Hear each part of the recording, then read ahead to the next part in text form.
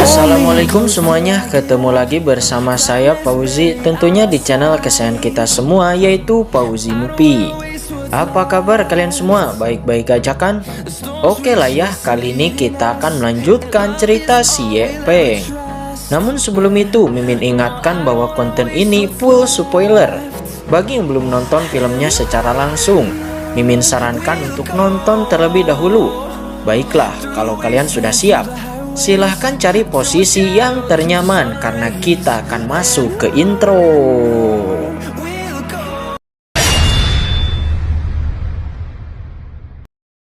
Sampai pria kurus itu terjatuh ke tanah tak berdaya. Tetapi Ye Peng masih terus-menerus menghantam wajah pria kurus itu seraya berkata, "Di mana penawarnya?" Setelah dipukul terus-menerus sampai wajahnya tidak dikenali lagi, pria kurus itu akhirnya berkata bahwa penawarnya ada di Gunung Naga Pembunuh.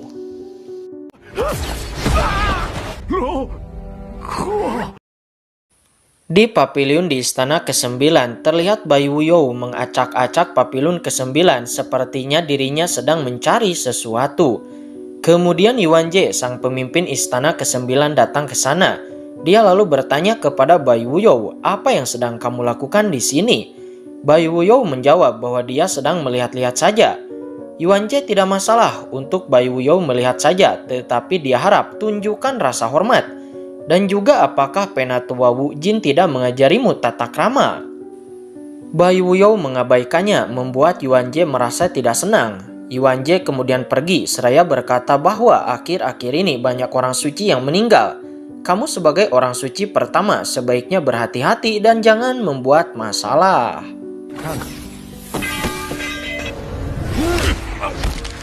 Sesampainya di luar pavilion, ekspresi Yuan Jie terlihat sangat marah dan lalu melampiaskan amarahnya dengan membunuh satu penjaga di sana.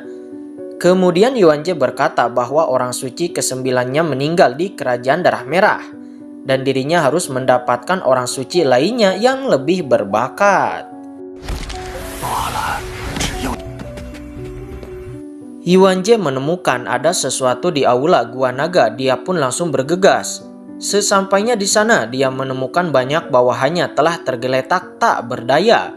Tanpa tahu siapa orang yang telah melakukan itu, Yuan Jie kemudian menawarkan orang tersebut untuk menjadi orang suci ke-9 dari istana ke-9-nya. Tetapi ketika mengetahui bahwa orang itu adalah Ye Peng, Yuan Jie pun langsung terkejut. Tanpa banyak basa-basi, Ye Peng langsung mengemukakan maksud dan tujuannya, yang mana dirinya datang ke sini untuk mencari obat penawar untuk menyembuhkan sang putri. Tentu saja Yuan Jie tidak ingin menyerahkannya. Oleh karena itu Ye Peng pun langsung menyerang untuk memintanya secara paksa.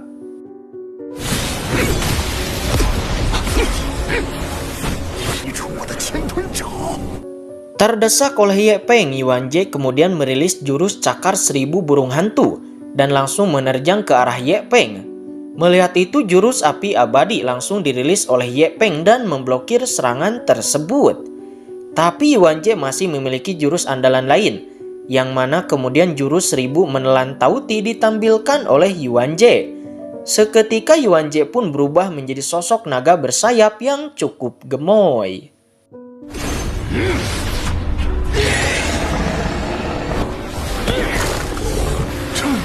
Formasi pengumpulan elemen dirilis oleh Ye Peng dan berhasil memenjarakan Yuan Jie di dalamnya.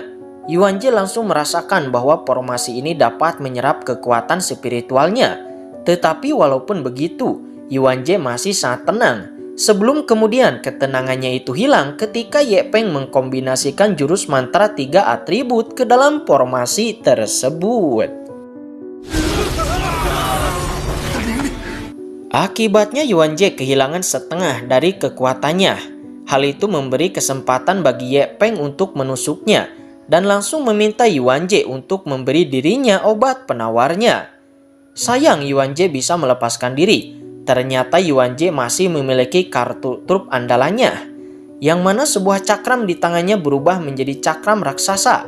Cakram raksasa itu berputar di tangannya dan menyerap semua energi langit dan bumi yang ada di sekitarnya.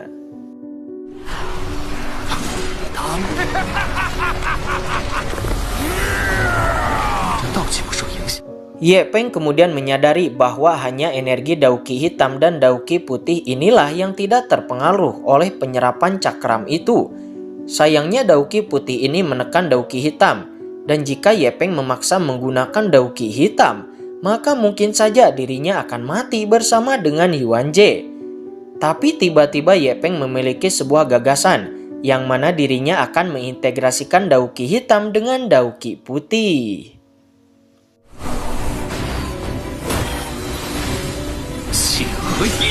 Setelah berhasil mengintegrasikan Dauki hitam dan Dauki putih, kemudian Ye Peng mengambil inisiatif untuk menyerang, dan pada akhirnya berhasil mengalahkan Yuanjie. Melihat Ye Peng memiliki kekuatan Dauki, Yuanjie benar-benar terkejut, karena setahu dirinya hanyalah orang yang berada di ranah ilahi yang memiliki Dauki, tetapi Ye Peng benar-benar memiliki Dauki di ranah Tongsuan. Akhirnya Yuanjie juga mengatakan bahwa penawarnya ada di rumah suci. Sebelum kemudian Ye Peng mengirim Yuanjie ke alam baka.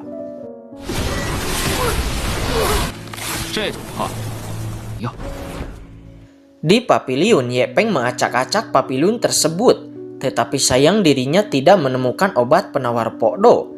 Sampai kemudian Bai Wuyou pun muncul dan menemui Ye Peng. Tanpa berbicara omong kosong, Ye Peng langsung mengatakan bahwa jika kamu ingin bertarung sekarang, maka akan hanya ada satu dari kita yang akan hidup. Bai Wuyou kemudian mengeluarkan sebuah botol giok putih, yang mana ternyata itu adalah obat penawar Pokdo yang sebelumnya telah diambil oleh Bai Wuyou.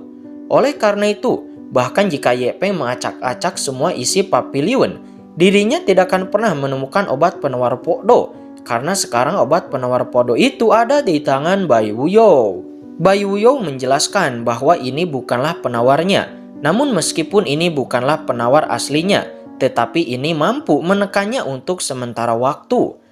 Bai Wuyou memberikan botol giok itu dengan syarat bahwa dia menantang Ye Peng untuk bertarung, dan dia akan menunggu Ye Peng di rumah suci. Tanpa pikir panjang, Ye Peng langsung setuju. Terlebih lagi dia melakukan ini untuk menyelamatkan sang putri. 2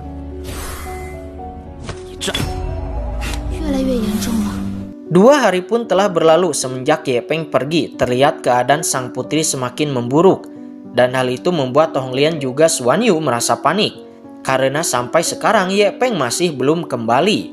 Panjang umur, pas lagi diomongin, Ye Peng tiba-tiba muncul. Dia buru-buru memasukkan penawar sementara itu ke mulut sang putri, dan lalu mengatakan kepada Honglian juga Xuan Yu bahwa penawar ini hanya bersifat sementara, yang mana ini hanya akan membuat sang putri tetap hidup selama 10 hari.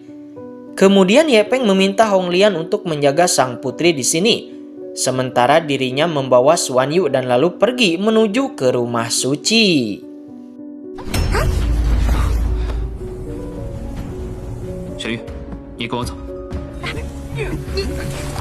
Di hutan di sekitar rumah suci, terlihat banyak master yang nampak sedang berusaha membelah kehampaan. Lalu kita dibawa kepada seorang pemuda yang bernama Xiaoming, yang mana Xiaoming ini adalah orang suci ke-8 dari istana Dao 9 Surga. Terlihat Xiaoming memberi perintah kepada para bawahannya.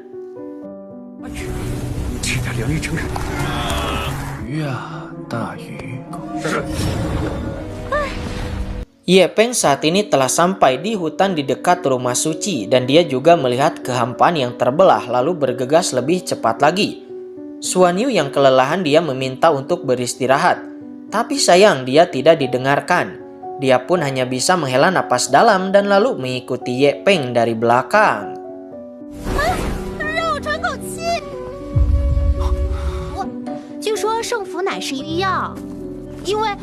Xuan Yu menjelaskan bahwa akhir-akhir ini dari rumah suci hanya sedikit orang yang berhasil keluar secara hidup-hidup.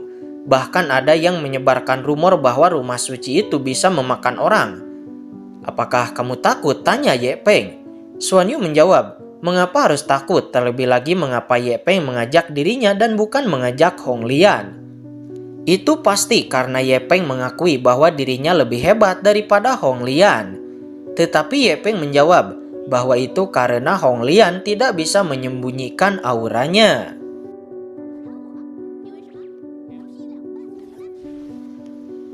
Sebuah serangan meledak ke arah Hong Lian disusul dengan kemunculan 4 orang pria. Pria terkemuka lalu berkata, "Serahkan harta karun yang kamu bawa jika ingin masuk." Ye Peng mengeluarkan sebuah harta dan mengatakan bahwa harta ini dapat melarutkan puluhan racun. Sementara Xuan Yu dia memberikan sebuah mutiara yang bercahaya dan mengatakan bahwa mutiara ini sangat langka.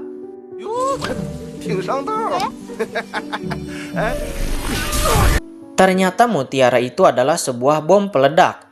Sementara harta karun yang diberikan oleh Ye Peng ternyata juga merupakan atribut es yang seketika membekukan pria itu. Sementara bom peledak pun meledak dan pria itu pun tidak punya kesempatan untuk bisa melarikan diri, sampai kemudian berubah menjadi abu dan hanya cincin penyimpanannya yang tersisa.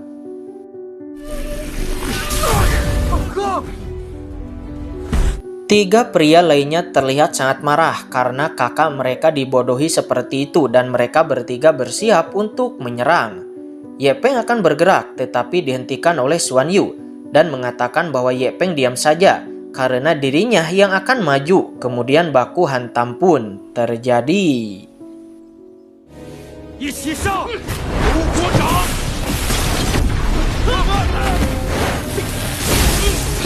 Xuan Yu mengeluarkan payung Kagura, yang mana payung itu dapat memblokir setiap serangan dan juga melayangkan serangan balik.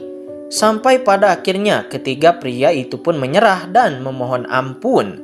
Xuan Yu berkata bahwa dirinya akan memaafkan kalian bertiga.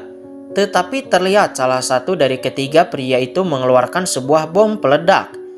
Ye Peng yang menyadari hal itu pun langsung berkata bahwa dia sebagai guru Xuan Yu, dia sekarang akan mengajarkan pelajaran pertama kepada Xuan Yu, yang mana kemudian Ye Peng menghabisi ketiga pria itu.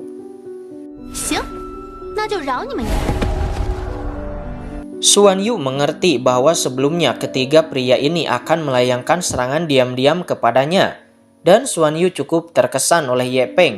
Dia lalu berkata kapan pelajaran yang kedua. Ye Peng menjawab bahwa itu tergantung moodnya, seraya berbalik dan melanjutkan perjalanan.